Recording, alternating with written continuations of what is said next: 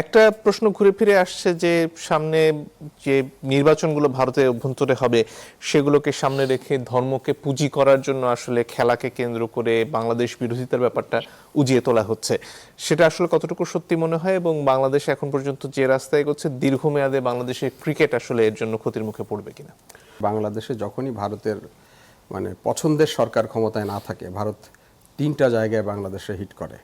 একটা সংখ্যালঘু কার্ড, দ্বিতীয় চিটাগাং হিল ট্র্যাক্স, তৃতীয় জঙ্গিবাদ। তো আমরা নির্বাচনের পর এই 36 জুলাইয়ের পর থেকেই আমরা দেখেছি এই তিনটা কার্ডই খেলতে ভারতের। এখন এই পর্যায়ে এসে ভারত যে কার্ডটা খেলছে সেটা সংখ্যালঘু। আপনি জানেন যে বিশ্বের সবচেয়ে বেশি সংখ্যালঘু নির্যাতনকারী দেশ ভারত স্বয়ং নিজে।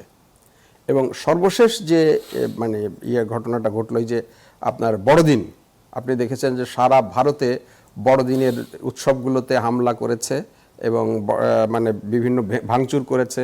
সেখানে গিয়ে তারা অন্য গান বাজনা বাজিয়ে নানাভাবে তারা এইগুলো করেছে। এবং আপনি জানেন যে এই কিছুদিন আগে জুয়েল রানা নামে একটা বাঙালি ছেলে, সে শুধু বাংলা ভাষা বলে এবং তার নাম জুয়েল রানা, সেই জন্য তাকে পিটিয়ে মারা হয়েছে। আপনার ত্রিপুরার একটা ছেলে অ্যাঞ্জেল চাকমা, তিনি উত্তরপ্রদেশে তিনি গিয়েছিলেন, তার চেহারা যেহেতু ভারতীয়দের চেহারার মতো না, সেজন্য চিঙ্কি চাকমা নাম দিয়ে তাকে পিটিয়ে মারা হয়েছে। 1 তারিখে ত্রিপুরাতে আরেকটা দিদার শেখ নামে একটা লোককে, শুধু তিনি মুসলিম এবং বাঙালি বলে তার অর্ধেকটা মাটিতে পুঁতরে তাকে আগুন ধরিয়ে দেওয়া হয়েছিল। পরে তার চিৎকারের লোকজন এসে তাকে রক্ষা করেছে। এই যে ভারতে প্রতিদিন প্রতিনিয়ত, এবং আপনি ভারতীয় মিডিয়াগুলোতে দেখেন, ভারতের ওয়েবসাইটগুলোতে দেখেন যে তোমরা বাংলাদেশের সংখ্যালঘুদের নির্যাতন নিয়ে কথা বলছো, তোমরা তো ভারতের সংখ্যালঘু নিয়ে কথা বলছে না তারা। তো কাজেই এই যে আজকে মুস্তাফিজকে নিয়ে যে কাজটি তারা করেছে, এটা আসলে 36 জুলাইয়ে এখানে আওয়ামী লীগের পতন, এটা ভারত মেনে নিতে পারছে না। একই সাথে এই যে ফ্যাসিবাদী শাসন আমলে বাংলাদেশের অভ্যন্তরে ভারত যে তার একটা নেটওয়ার্কটা করেছিল, সেই নেটওয়ার্কের একটা বড় ধরনের ধাক্কা এবং বড় ধরনের ধস নেমেছে, এটাও ভারত মেনে নিতে পারছে না।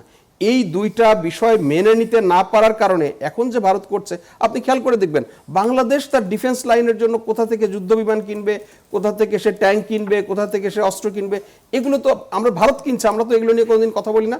এখানকার মিডিয়া নিয়ে এগুলো নিয়ে কথা বলে না যে ভারত কোথা থেকে রাফাল কিনছে, কোথা থেকে সাবমেরিন কিনছে বা কি করছে। আমাদের দেশ যখনই এই আলোচনার জন্য পাকিস্তানে যাচ্ছে অথবা টার্কিতে যাচ্ছে, চায়নাতে যাচ্ছে, তখনই ভারতীয় মিডিয়া এমনভাবে করছে যেন আমরা এগুলো নিয়ে এসে ভারতের বিরুদ্ধে যুদ্ধ করব।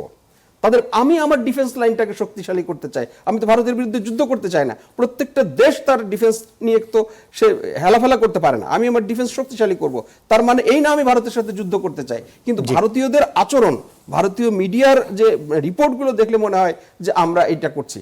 এই অস্থিরতার মূল কারণ হলো এই যে শেখ হাসিনার পতন, আওয়ামী লীগের পতন এবং বাংলাদেশে এই যে ভারতীয় যে নেটওয়ার্ক, সেই নেটওয়ার্কের পতন ভারত মেনে নিতে না পারার কারণে এটা করছে। এবং এই মুস্তাফিজকে নিয়ে যে কাজটা করেছে, আমি মনে করি এটা বাংলাদেশের যদি আপনি জানেন না যে আইপিএলে মুস্তাফিজকে কিন্তু আরো অনেকবার এরকম নিয়ে বসিয়ে রাখা হয়েছে, সে ম্যাচ পায়নি। এটা খেলার কম্বিনেশন হিসেবে হতেই পারে। মুস্তাফিজ যদি ইনজুর থাকতো বা খেলার কম্বিনেশন অনুযায়ী যদি মুস্তাফিজ একটা ম্যাচও খেলতে না পারতো, তাতেও কোনো আপত্তি ছিল না। কিন্তু যেই অভিযোগটা তুলে মুস্তাফিজকে বাদ দেওয়া হয়েছে, এটা জাতিগতভাবে বাংলাদেশকে অপমান করা হয়েছে। এটা আমার অহংকারে, আমার সার্বভৌমত্বে আঘাত করা হয়েছে এবং এটার পরিষ্কার এবং সুস্পষ্ট জবাব বাংলাদেশের দেওয়া উচিত। আমাদের সরকার আপনার টেলিভিশন চ্যানেলে আইপিএল নিষিদ্ধ করেছে, আমি শুধু মনে করি এটা যথেষ্ট না। একই সাথে অন্যান্য ভারতীয় টিভি চ্যানেলগুলো যেন বাংলাদেশে আইপিএল দেখাতে না পারে এবং আমাদের মিডিয়া, আমি একজন মিডিয়া কর্মী হিসাবে আইপিএল কে টোটালি ব্ল্যাক আউট করার জন্য আমি আহ্বান জানাচ্ছি সবার কাছে।